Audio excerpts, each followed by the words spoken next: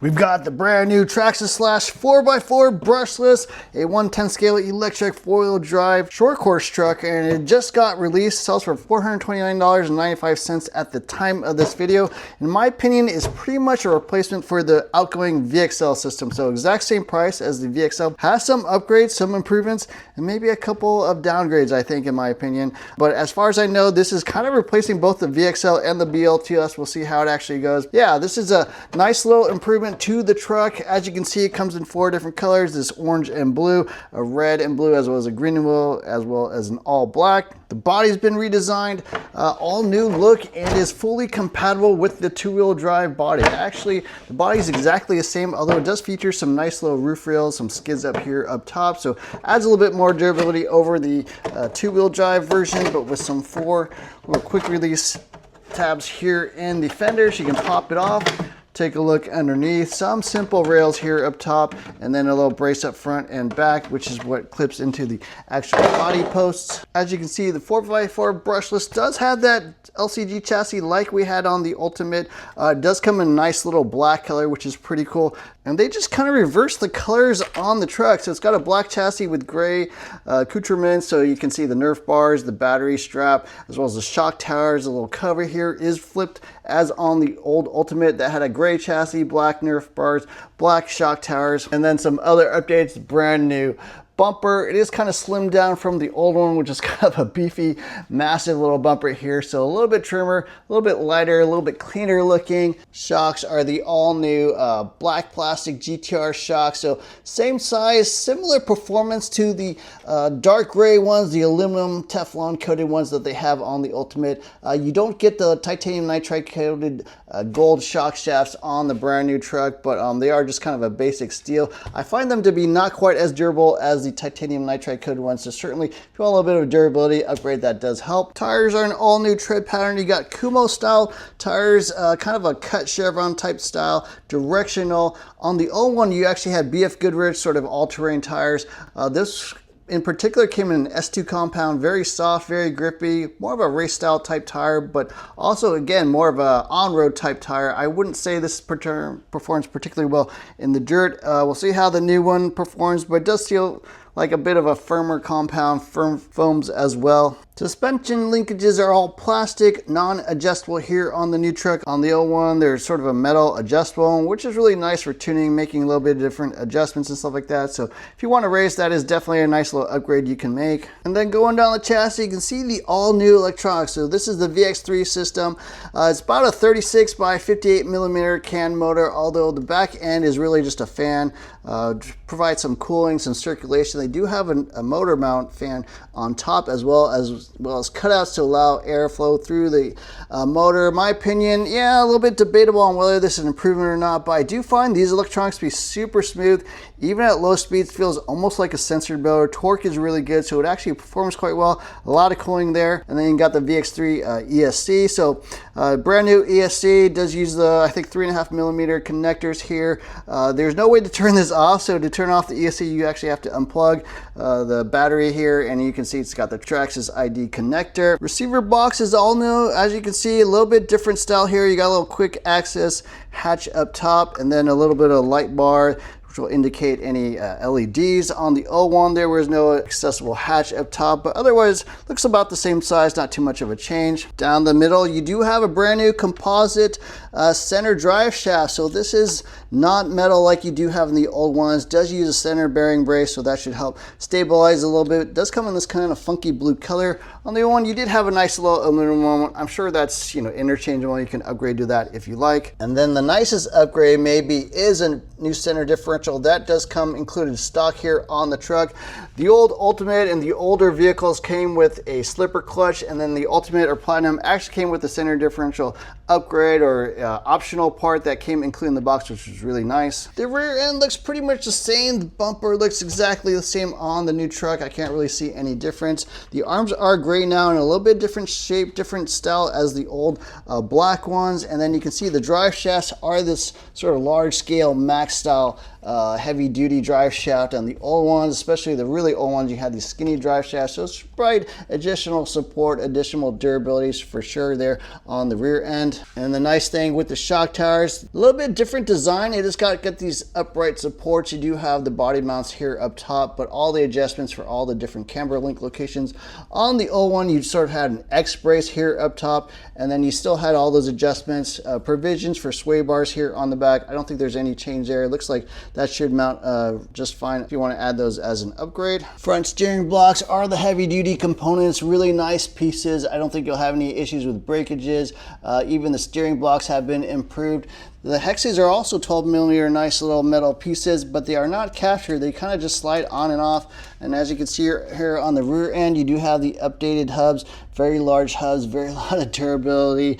Not a whole lot of adjustments here on the back end, but like I mentioned, kind of an annoying thing is you frequently get the hexes stuck in the wheel. So I wish they had captured hexes because frequently they pop off when you pull off the wheel and this pin will fall out, which is kind of annoying. Tucked underneath is the 2057 servo. Works pretty well. All metal servo, definitely an improvement over the 2075 that they had in the past. And the truck, of course, comes with the TQI Sport, kind of a mini radio, especially when compared to the old TQI radio, which is a much larger radio, spaced out the steering wheel a lot more forward. Pretty decent radio overall. Did have the multifunction knob, which we could use to control TSM. The new TQI Sport does have TSM, which is a form of stability control to keep the truck going straight, you know, as you turn it, as it sort of fishtails and stuff like that, but you can only turn it on and off. There is no actual incremental adjustment. To turn it off, you can actually do it while the radio is live, which is kind of nice. And then you do get some basic tools here, a little T-wrench here for the wheel hexes, as well as a 2.5, as well as a 1.5mm hex wrench. And then some nice little numbers you can throw on the number plate if you want to take this thing racing. Here's a little quick start manual, but look for the manual online. There's actually more information there. One last note is that Traxxas is probably the only company that still uses styrofoam blocks to package this truck. I find it kind of annoying because these are non-recyclable. You have to throw them away. They take up a lot of space in your garbage can. I really think they should go to cardboard like everybody else. And there you have a quick look at the Traxxas Slash 4x4 brushless. Now I am curious to see how it performs up against the other short course trucks I have. I've got the Arma Sentin 2-3S BLX, the About Hyper 10 SC 2.0, and the Team Associated Pro 4 SC10. I plan to do a full shootout between these four trucks after I get a chance to run the Slash 4x4 brushless. So if you want to find out more about that when that video drops, definitely hit the subscribe button, hit the hype button if you like videos like this, because that definitely helps support out the channel and get this content out there. Next thing we gotta do is take it out bashing at my local BMX park, see it actually performs on dirt. We're not gonna be doing concrete or asphalt or grass or wooden ramps or anything like that. We just like running it on dirt, off natural dirt jumps, and seeing how it actually performs in an off-road environment. Got a 3S pack installed and it's time to run the Traxxas Slash 4x4 brushless. I did swap out the connector to an EC5 connector because I just use connector batteries, and then also turned off the TSM for a bit. I want to see how it drives without any extra electronic aids. Yeah, here we go. Completely stuck otherwise. In this rough, dirty, very loose terrain actually. This is very soft and dusty, as you can see. Okay. You can correct in the air, which is always good.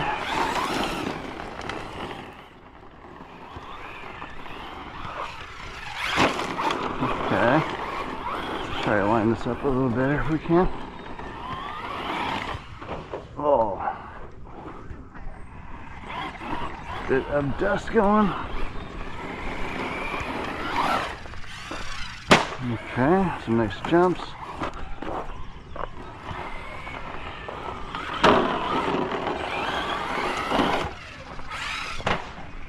Corrects nicely in the air.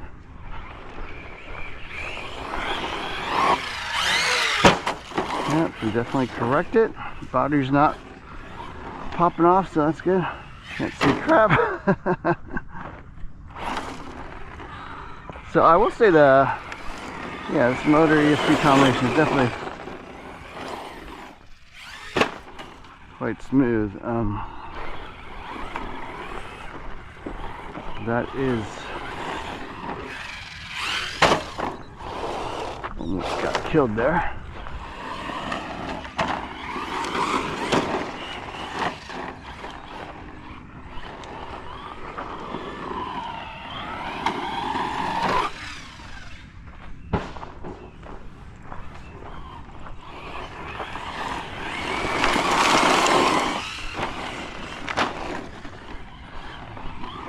But the low center of gravity chassis, massive improvement. Oops.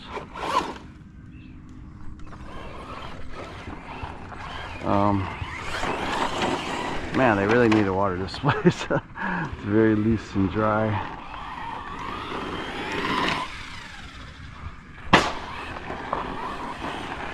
That would help tremendously with tracking. These tires really are not the greatest for that. Off-road type stuff. You can backflip it though. Don't know if a rock or something got stuck in the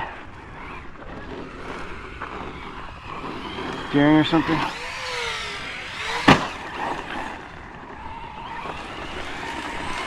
Nice you can backflip these things. Which has become kind of the standard. You got to be able to backflip short course tricks now.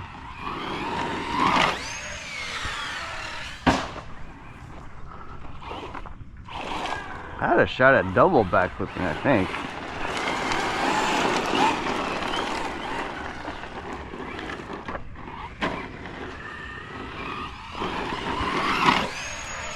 No, we're not double backflipping that time. Alright, let's take it to another spot. Yeah, we are trying some TSM now. I think will help.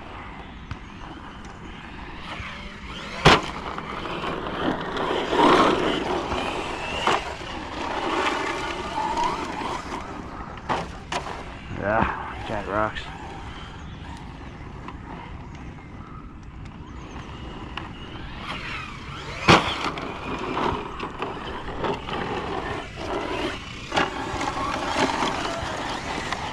A few full throttle there.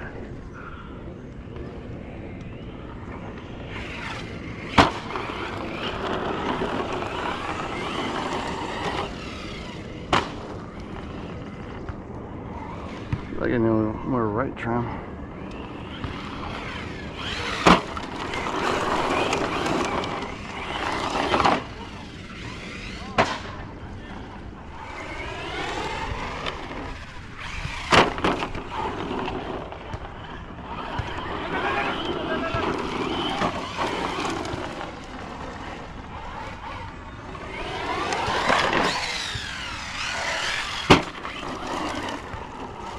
I don't know if we can make this whole thing. I feel like we kind of gotta try.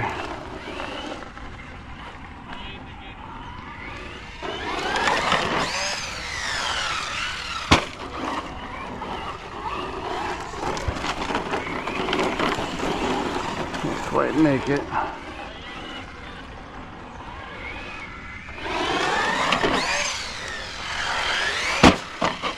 Oh, landed it.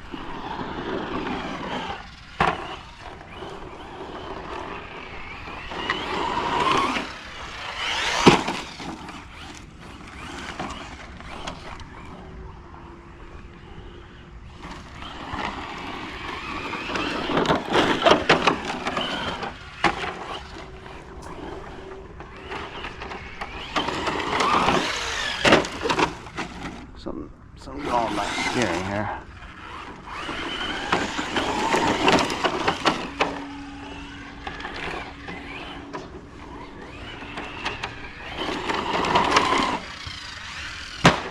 Just don't want to go right or left for some reason.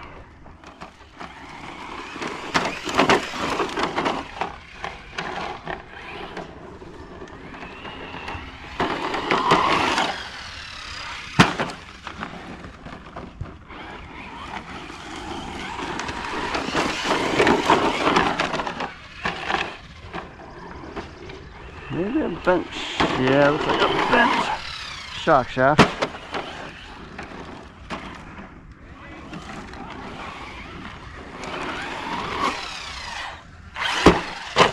Oh.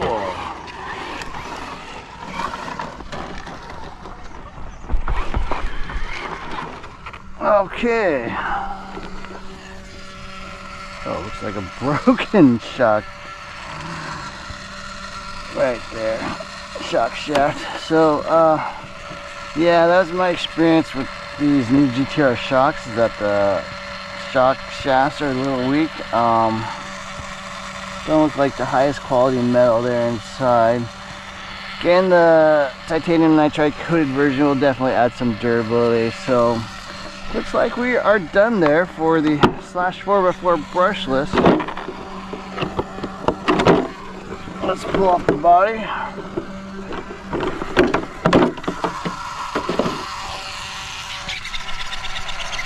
Fan's making a bit of noise.